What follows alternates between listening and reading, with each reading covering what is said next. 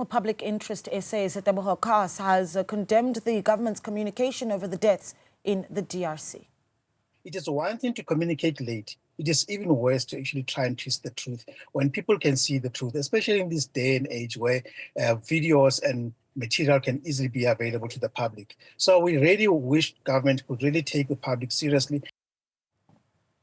Well, Presidency spokesperson Mr. Vincent Magwenya joins us in studio for a response to developments in the DRC and other related issues. Mr. Magwenya, good evening to you. Good evening, Naledi. We appreciate your time. There's so much to get into, and of course, I think this is an opportunity for us, and I say this a lot, to be a fly on the wall, really, in the President's office and where the President is when we talk about some of these issues. That last little bit of commentary that we played there, a lot of the complaints that have been made have been around the communication around what actually is going on in Goma, in the DRC. Just a few days ago, after we knew about 9 of our troops that had been killed, we then were told officially by a general in Goma that our troops are safe. And a day later, we were then discussing another 4 that had passed away. What do you make of the communication coming from government? Look, Naledi, there's always room for us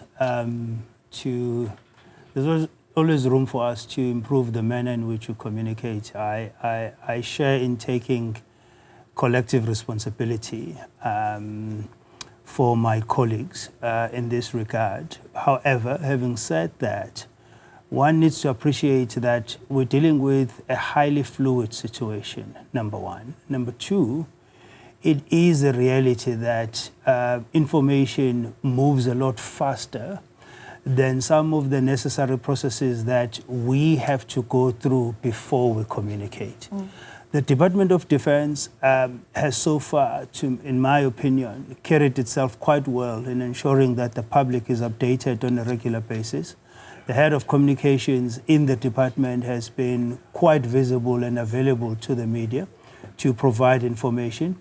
It is possible that in the sort of clutter of news and information channels, some people may have missed his interactions with the media, but on the whole, he's done very well under very difficult circumstances. Fighting is taking place in a remote area. When reports come through that we've suffered fatalities, the first thing that needs to happen is to verify those reports, is to wait for accurate information from the commanders on the ground, and thereafter there is a process to then engage families who are affected, who have lost their loved ones. And so in that process, you may find that communication is delayed not because of a lack of trying, it's because there are these processes that have to be honored so that when government communicates something that is official, and government is not communicating based on speculation. The proliferation of social media channels means that there will be cases where information flows faster than we are able to conclude the various bureaucratic processes that need to be concluded prior to communicating officially. Yeah. There is, of course, the issue that we hear and we heard today in that briefing as well by the Deputy Defence Minister, General Bantu Holomisa, talking about the issue of budget cuts to the department. And perhaps that is something to look at, right? The issue around, are our troops in the DRC well-resourced? And is there a bigger conversation around just how much needs to be given to the department? What does the President say about it? And has the tone changed over the past week as this conversation has grown? I think we need to be quite cautious with respect to how we tackle these issues. The issue of budget cuts is a concern and an issue across the whole of government, not specifically impacting on the Defence Force.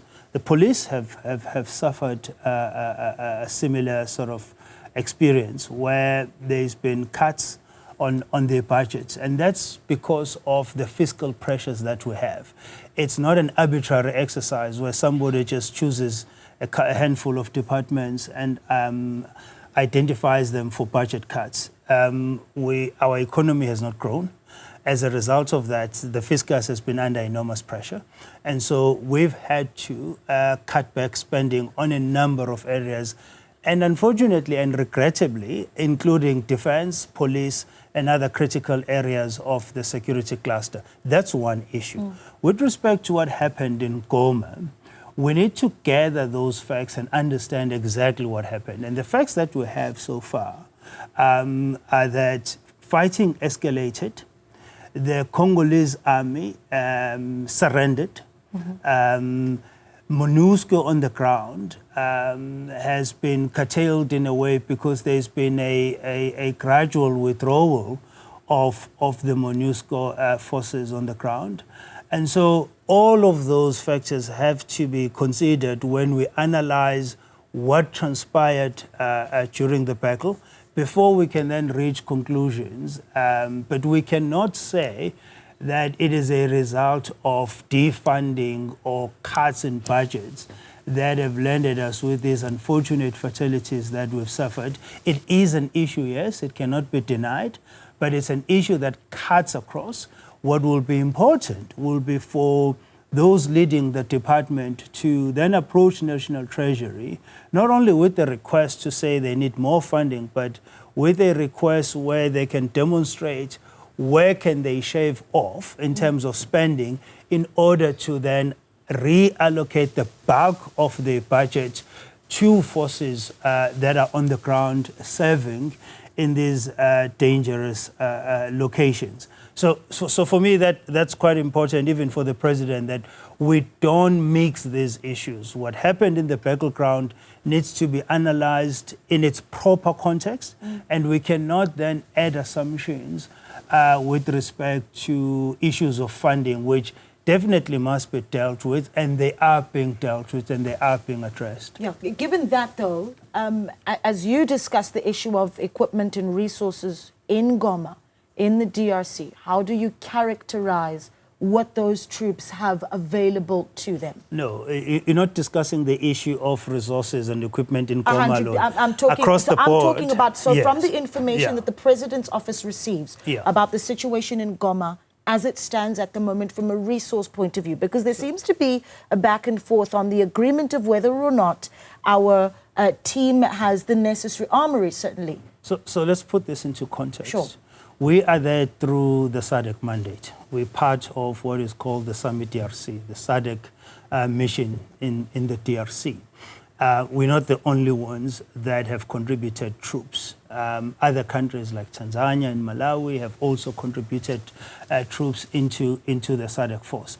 And so the work to ensure that the entire force is properly resourced and properly equipped is a collective effort amongst all the troop contributing countries, number one. Number two, the president has been given assurance that all the necessary resources and support that our contingent of the Summit DRC force require, those will be provided. And so work is underway to ensure that there is no shortage of equipment and whatever other support that is required. Okay. And as you talk about that collective responsibility of resourcing troops then, that is not just belonging to South Africa, I suppose that to some extent complicates the question that many South Africans are asking is, are we going to see those troops come back, or are they continuing with this peace mission in the DRC? So the calls for the return of our troops are understandable.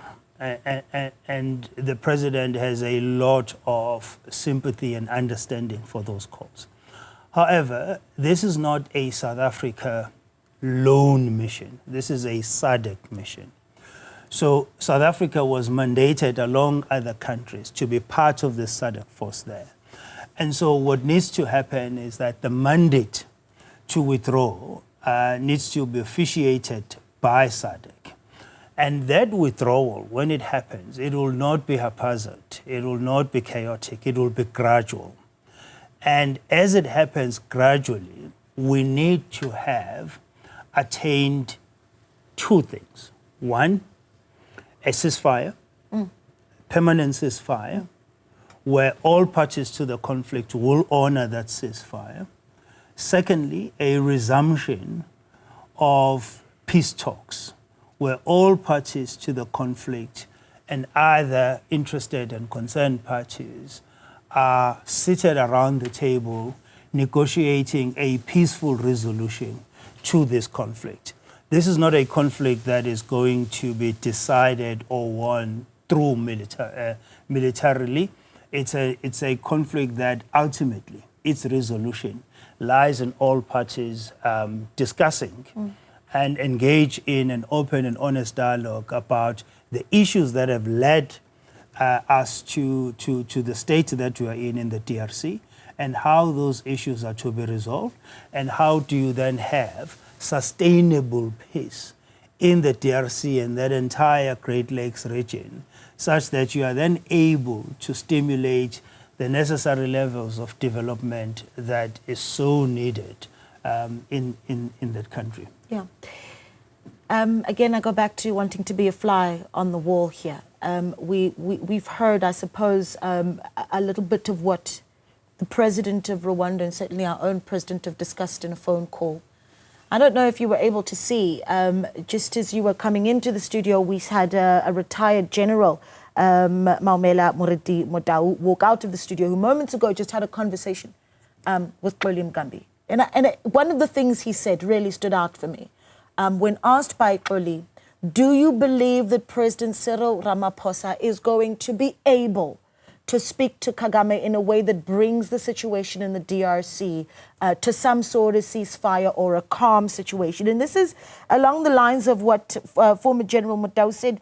He says, if the president cannot read the Riot Act to the Rwandan president for the sake of those who lost their children in the DRC, then he can't expect us to take him seriously. Strong words. But I was keen to hear what you say to that, because there is an expectation of President Cyril Ramaphosa, leading one of the economically the strongest country on the continent, and so expected to have a very strong voice. Well, the president has held a conversation with President Kagame as recent as I think a day or two ago. We did put out some communication to that effect. And in that conversation, there was an agreement between the two of them that there is an urgent need for a ceasefire. There is also a recognition that, as I've said, ultimately this conflict will be resolved when all parties concerned are seated around the table. And so there is no dispute with respect to those 2 points. What the general calls a riot act may be the terminology he chooses to use. But what I do know is that when heads of states meet or converse, and those conversations are on a one basis, they're quite honest and open with each other, notwithstanding the courtesies that they always accord each other. Those conversations are honest and open, and I can speak with certainty for the president I serve that when he engages his counterparts, he does so in a very open and honest manner. So he will have put across an honest view about the undesirable nature of this conflict and the price that not only South Africa is paying, but other countries who are trying to assist, as well as the many thousands of innocent lives that have been impacted in the DRC. And so the president has been engaged with President Kagame since last year, when the president attended to the 30th anniversary of the Rwandan genocide. They held a one-on-one meeting, and the president has been involved in a form of shuttle diplomacy, where he has been engaging a number of his counterparts on the need to resolve this conflict peacefully through negotiations. And so you're not always going to see dramatic scenes of the president pointing fingers at his counterparts. But I can assure you and assure South Africans that we have a president who is, in fact, even before, let me put it this way, before the fighting escalated, already the president was of the view that we need to accelerate diplomatic efforts to resolve this conflict. SADC had already, before the escalation of the fighting, put a withdrawal date for Summit DRC, which is December 2025. And that was based on the success of diplomatic efforts in getting a ceasefire, and that ceasefire honored by all parties, and getting a resumption of peace talks. And so we do have a president who is very much close to the situation and is aware of what's going on, and has been involved in extensive and intensive diplomatic efforts to find a solution to this conflict. Just lastly, on this particular issue, there is, of course, and I look at the events of the past few days, 9 that we've lost. Our troops are safe. 4 were lost. We're told again they're at base. What happens now? So if we get news from the DRC that we have lost more troops, what action does South Africa then take? Or do we continue to say, peaceful diplomacy and work towards a timeous, path towards a ceasefire as we continue to count? I mean, worst case scenario here. So, Naledi, first of all, our troops are not just sitting ducks there. They're fighting. They're holding up white flags. No, there's a context to that. But our troops are fighting there. We are yet to get a number of fatalities on the other side.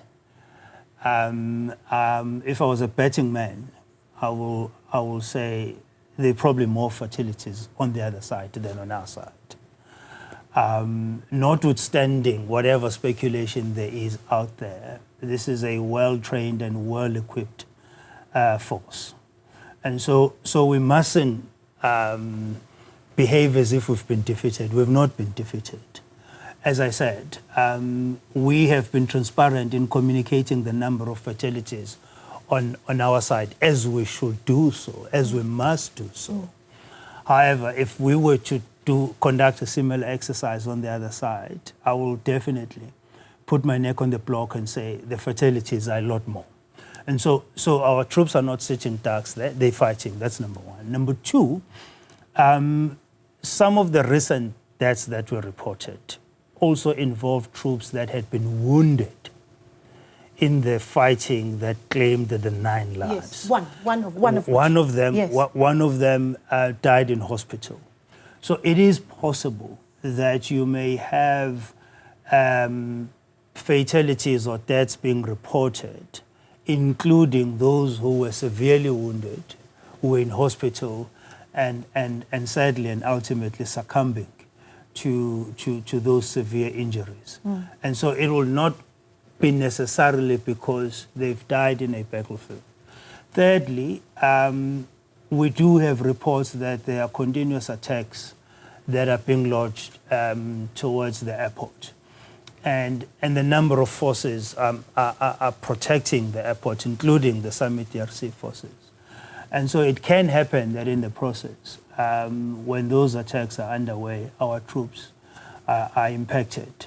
And so the situation remains volatile. We've not had fighting over the past 48 hours or so, but that doesn't take away the fact that it's an unpredictable, highly fluid, a volatile situation. So it doesn't mean that if we've reported the absence of fighting today, there will be no fighting tomorrow. There may very well be fighting. And it doesn't mean that because we have diplomatic efforts that are underway, there's not going to be fighting. There may be fighting.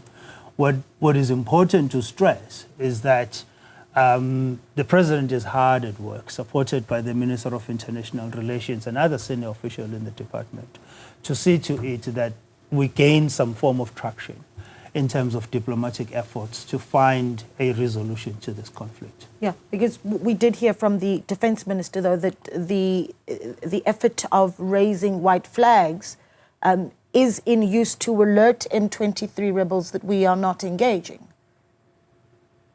I suppose yes, but also on the other hand, that effort is around alerting M23 that they can extract their members who have been wounded and who are dead without being attacked, which is a common practice in any warfare, where you will have temporary ceasefires being agreed on by commanders on the ground, so that that humanitarian exercise takes place without any attacks. Yeah.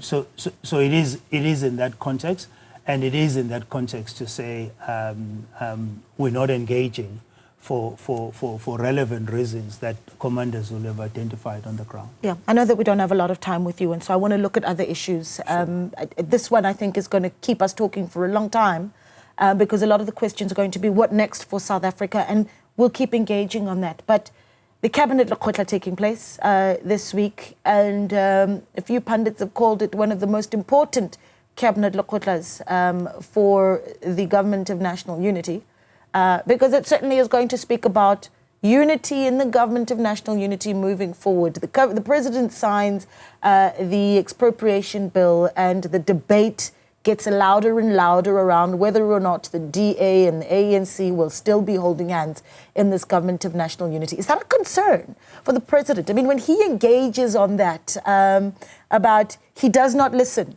to the members of the Government of National Unity. Yesterday we had Willie Okamp here in studio, and he talked about, of course, and you would have seen this, the invoking of Section 19.3 of the Statement of Intent. 60% is what consensus means in this government. What does the President say? No, I think we need to be careful in how we need to be cautious in how these issues are characterized. And I can appreciate some analysts who may not be familiar with the internal workings of a Cabinet Lekgotla. Cabinet Lekgotla, for a lack of a better word, is a strategy session. It's a government strategy session.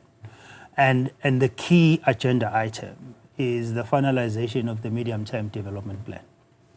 And so everybody that is participating there is participating as government. So you have the President, the Deputy President, ministers, deputy ministers. It's an extended cabinet that includes director generals, advisors, and so on. And so there you have government gathered. Right. And government is mapping out its medium-term development plan. That's what essentially it is. And I think that distinction is so important. And that distinction is very important to appreciate. It's very important, because right? Party and government, right? Party and government, 100%, right? 100%, So you're not going to have in a Cabinet Lekgotla political party issues coming into the fore. Maybe let me share something that people may have forgotten. Cabinet Lekgotlas also include provincial premiers and their DGs. You will know the Western Cape has been governed by the DA for many, many years. When the then Premier Helen Zille was the Premier of the Western Cape, she was the only opposition member who will attend Cabinet Lekgotlas, right? And she will be there as a Premier of the province. And I remember I was in government between 2009 and 2010 and attended one of the Cabinet Lekgotlas which she attended. And in some of the issues, she was fully aligned with her colleagues that were running other provinces. So they were sharing similar experiences from a provincial leadership perspective. And so there was alignment even back then. So the same applies now. There's alignment in terms of what needs to be achieved out of a Cabinet Lekgotla. Party political issues that are in dispute, particularly in the GNU context, have a dispute resolution mechanism which is called the GNU Clearinghouse. And that's where those issues are ventilated and they are discussed. And that's party. And that's party, yes. Right? And so you're not going to have a Cabinet Lekgotla discussing unity of the GNU. The unity of the GNU, which, by the way, has never been in doubt, right?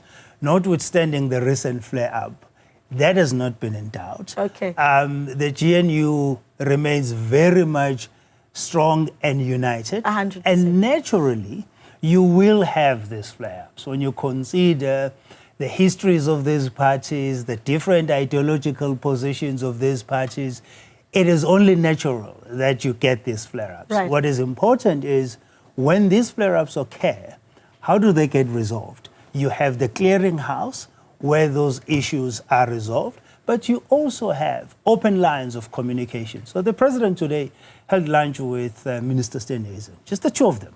Two of them, no officials, none of us were there, it was just the two of them. Oh, that meeting took place? The meeting took place. And by the president's account, to me, which I'm sure Minister Stenhuisen will share, the meeting went very well. There was an understanding around how issues of concern need to be addressed, the usage of the GNU clearinghouse. And so there was no blood on the floor, so to speak. And so I think we need to be realistic and accept that there will be issues of disagreement, but at no point in time, even if one party threatens to walk away, at no point in time should we take it that the GNU is about to collapse. No, it's not going to collapse. Okay, so the outcomes of that meeting are? Very positive. Are positive. Are very, very positive. The president was very energetic coming out of that meeting. And I didn't see Minister Stenhuisen, but I will accept the president's account of the meeting that, you know, it was a very collegial, engaging meeting, and there was alignment on a number of issues. Because yesterday in that press briefing, what we heard from John Steenhuisen over and over again, I mean, I had to sit and count how many times he said we are still committed to the government of national unity. Absolutely. So that part is not, that part is no longer hasn't gone away. Absolutely. But you make the distinction of state and party. That distinction being important. The cabinet Lekgotla is going to be about the medium-term plan, right? What is it that we do in the short term as this cabinet? Incredibly important when you have a Dean McPherson, and I'm keen to hear what, you know, what happens when a minister uses the words, as the Minister of Public Works and Infrastructure, there will be no expropriation of private property without compensation on my watch. Does the president go in and say, no? What are you doing? No. First of all, there is a misunderstanding of the spirit of the Expropriation Act, right? You're not going to have you're not going to have expropriation conducted in an arbitrary manner. Yes. The Act already provides against any arbitrary expropriation by the expropriating authority. There is a process to be followed before you even reach to a point of determining whether you're going to expropriate or not. And so we need to do away with the fear-mongering with respect to this act. Nobody's property is going to be seized or taken unfairly or arbitrarily. That's not going to happen. More importantly, the act provides that the courts are the only arbiter in this regard should there be a dispute with respect to the process, with respect to the outcome of that process. And so we are a country that is based on the rule of law. Right. And so the Act is very much in line with Section 25 of the Constitution. And if you read both, you do see the alignment. And so coming to Minister McPherson, look, the minister is going to have an opportunity to formulate regulations, which he will do. There's no way he won't. He will do it. You know, that's his legal obligation to do that. He will formulate the regulations, and in doing so, he will ensure that the Act is interpreted appropriately, that whatever issues of concern in terms of how the Act is implemented, those issues are sufficiently covered in the regulations without diluting or undermining the core spirit of the Act. Right. So there's no issue there. Right. What happens on X happens on X, but in reality and in practice, he will do it. The minister will formulate the regulation. Okay, we're going to take a short break. When we come back, we need to look at one other issue, and that is that of South Africa, US, lots of signing going on as we talk about President Ramaphosa signing bills into acts. We've also seen the US president signing executive orders, some of which could very well have a big impact on how we're able to resource the health sector. We're going to talk a little bit about that. And I'll take a few WhatsApps and maybe one or two calls at 010-594-6010 on the issues that we've touched on. A question that you may have for the President's office, 010-594-6010. A WhatsApp line, 072-110-5584. We take a break. We're back in a moment. Welcome back. You're still watching Newsfeed PM, the late edition with myself, Naledi Muleo. So let's move on to other issues now. United States Secretary of State Marco Rubio has approved an emergency humanitarian waiver for people to continue accessing HIV treatment funded by PEPFAR. It comes after U.S. President Donald Trump halted funding soon after coming to office. Now, this allows for the resumption of life-saving medication to continue being dispersed in 55 countries. The waiver will last for 90 days. South Africa is among the countries receiving funding by PEPFAR. Well, earlier, Health Minister Dr. Aaron Motsoaledi confirmed that attempts to contact the U.S. Embassy were unsuccessful. We have got an army of 271,000 people, 606, on the ground in the 27 districts fighting HIV and AIDS. 256,452 are funded by us as South Africa from our own fiscus. That leaves us with 15,145 people. Those are the ones who will be affected by whatever withdrawal is there. Motsoaledi also called on HIV patients to continue taking their medication irrespective of these developments. So it's still a little bit fluid as to exactly which way are we going, but we believe for now all programs continue. As South African government, one thing we want to ascertain is that nobody must stop taking ARVs, because that will be devastating. It will be completely dangerous. As you know what happened when you are on ARVs and you stop, there will be serious trouble. The 17% of PEPFAR is about 7 billion, you know. Or maybe I didn't give you the total amount which we are spending on this program of HIV. Those who were at Lituli House yesterday, I said it's 44.4 billion. I'm sorry, I'm apologizing. They gave me last year's figure. Now it's 46.8. It's 46.8 billion for now, and for the next financial year is going to be 48 billion. I'm apologizing. Whoever gave me the figures gave me last for 23-24 financial year. Now I'm talking about 24-25. It's 46.8 billion. Now in that 46.8 billion, 17% of that comes from PEPFAR.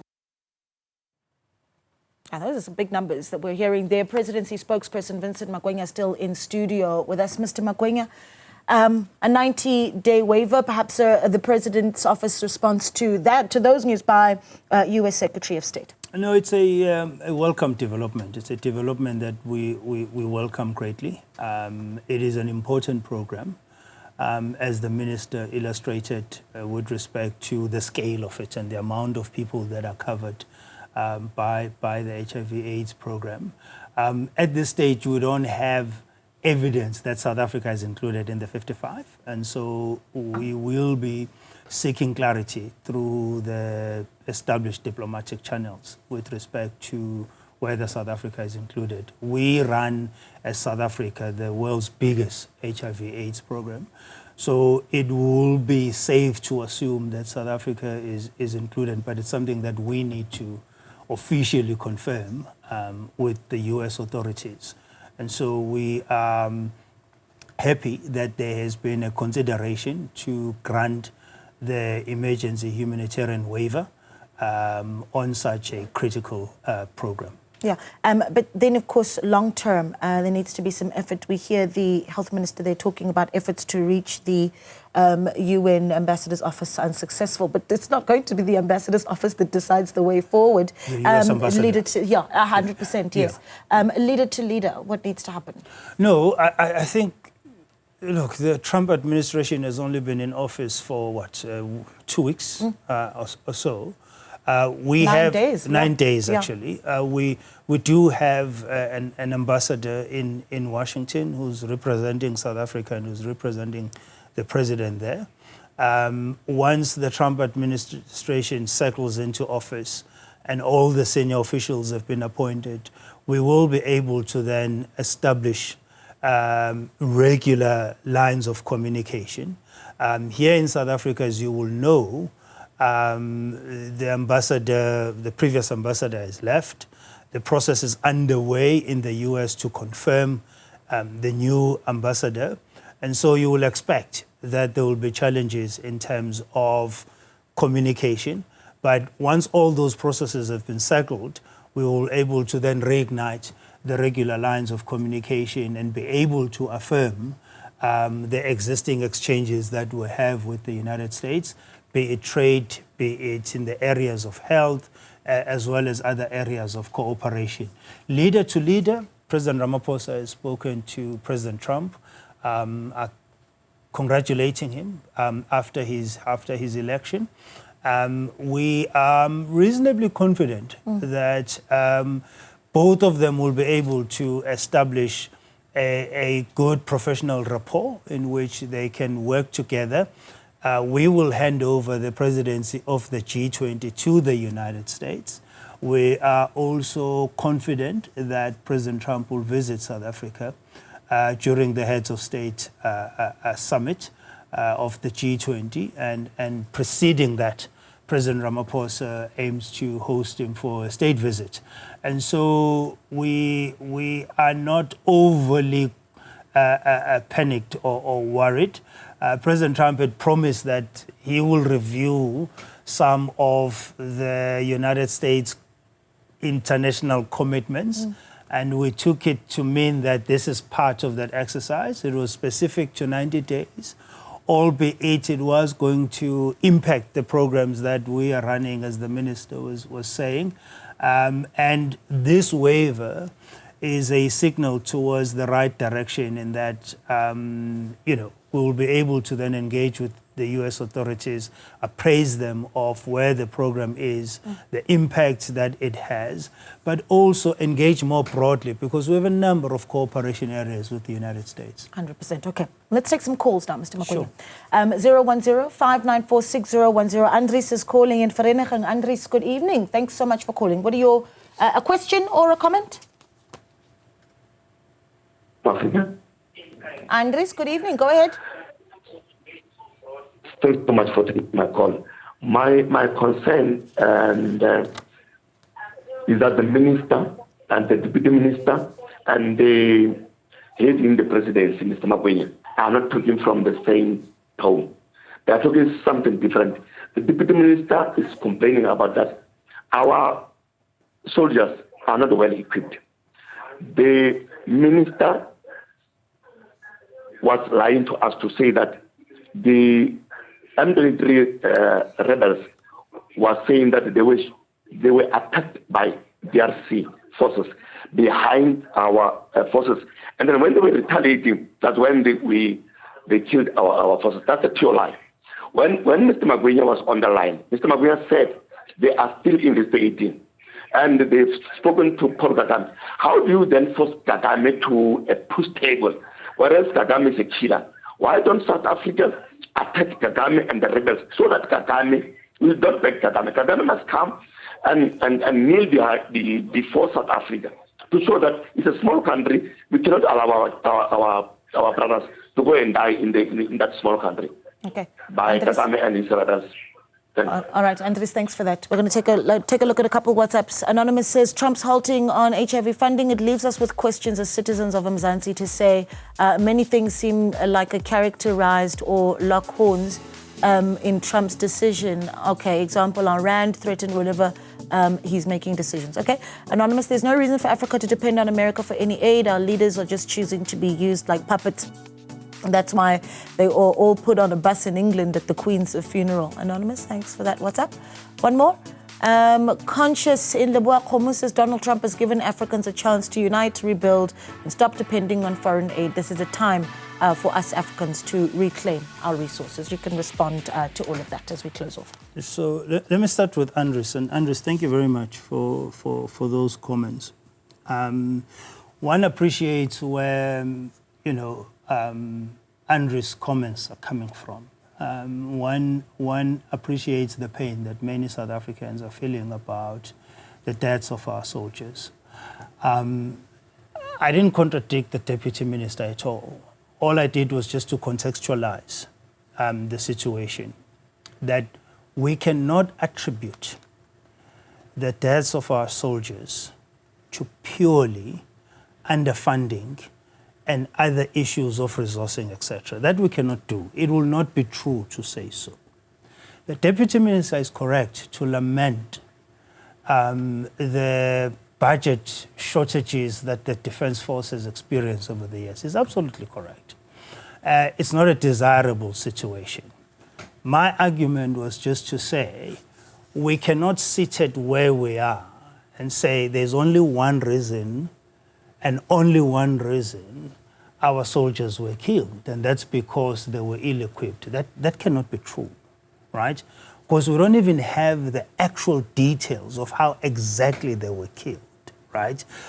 You know, was it a rocket? What was it? We don't have those details. So I was cautioning against this dominant view that we've suffered fatalities in the DRC purely because of budgetary issues. That's not true.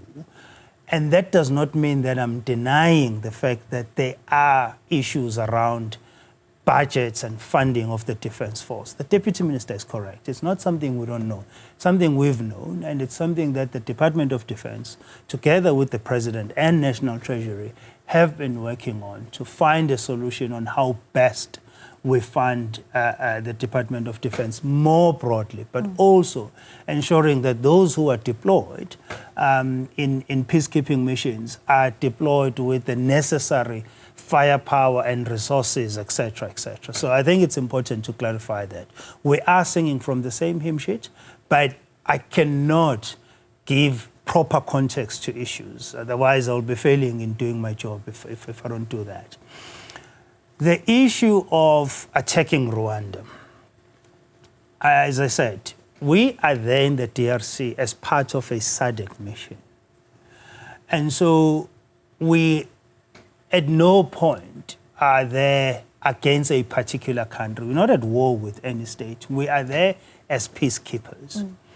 It does happen, it has happened in the past, that peacekeepers are affected and are attacked and so on. And we've condemned the attacks on peacekeepers, and we've called on the United Nations to take stern action against the attack on peacekeepers. We are not a country that seeks to go to war with other countries. We are a country that will always seek to find peaceful resolutions to whatever challenges that we encounter. And at this point in time, there's no evidence that points to all efforts having been exhausted to find a peaceful resolution to that conflict. Yeah.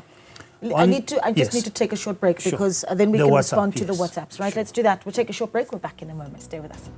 Welcome back. Let's continue getting final responses now from Presidency spokesperson who's in studio with us, Mr. Vincent Magwenya. Of course, some of the comments that came in via WhatsApp, all of them, in fact, that came in this evening that we read out anyway, talking about this issue of funding from the US for health, particularly, I think, a big focus on how we deal with HIV and AIDS. And a lot of them saying an opportunity for us to stand by ourselves here. We need to talk about the feasibility and plausibility of that. Post this 90-day waiver, and we see President Donald Trump digging in his heels, do we have a contingency plan? So Minister Mtsoaledi will be best placed to talk about 100%. contingency plans. But, you know, in that WhatsApp, I think what I need to clarify, and I stand to be corrected, in the sort of total allocation of what we're spending on HIV/AIDS, I think the PEPFAR portion is about 17% or so. So the bulk of it is funded by the fiscus, which means we, as a government, are funding it. And so whilst the program will be impacted, we will be able to cushion that impact such that patients do not lose out on services, do not lose out on the medication that they need to take. Hence, the minister was emphasizing the point that people must not stop taking the ARVs. So I think that context is important. Secondly, we have, you can call it aid, you can call it grants and so on. We have these kinds of cooperation with a number of countries where there is a trade agreement on the table, but on the other hand, the reality is that we're still a developing country whose economy, unfortunately, is not growing at the rate in which we are able to tackle all our challenges. And so the benefit of all these bilateral relationships that we have with the many countries, particularly the economies that are much bigger than ours and that are more developed than ours, is that there will be a trade component and there will be some form of aid or grant. And it may not necessarily go to health, it may go to education, it may go to other areas. For example, I know there are education programs that we have with the EU. There are other programs that we have on higher education, on science and technology. And so we have a myriad of these in the financing of the just energy transition. For example, the president has been arguing for increasing the grant portion of that funding, and not just look at loans that are going to be expensive over a long period of time. And so there's nothing inherently or fundamentally wrong in receiving some form of aid. The reality is that we have enough in the fiscus to run the bulk of what we need to do, but as and when possible and desirable, we will take additional assistance from our trading partners when it gets offered, and it's a standard practice around the world. We still are a developing economy. Right. And I think that's a great place to leave it. We've really appreciated your time, Mr. Magwenya. Thank you so much for coming into studio. You can keep the comments coming in, though, on X at Newzroom 405, or send your WhatsApps to us 0721105584. What you make of what we've heard this evening from the President's office. And, of course, you're still watching Newsfeed PM, the late edition.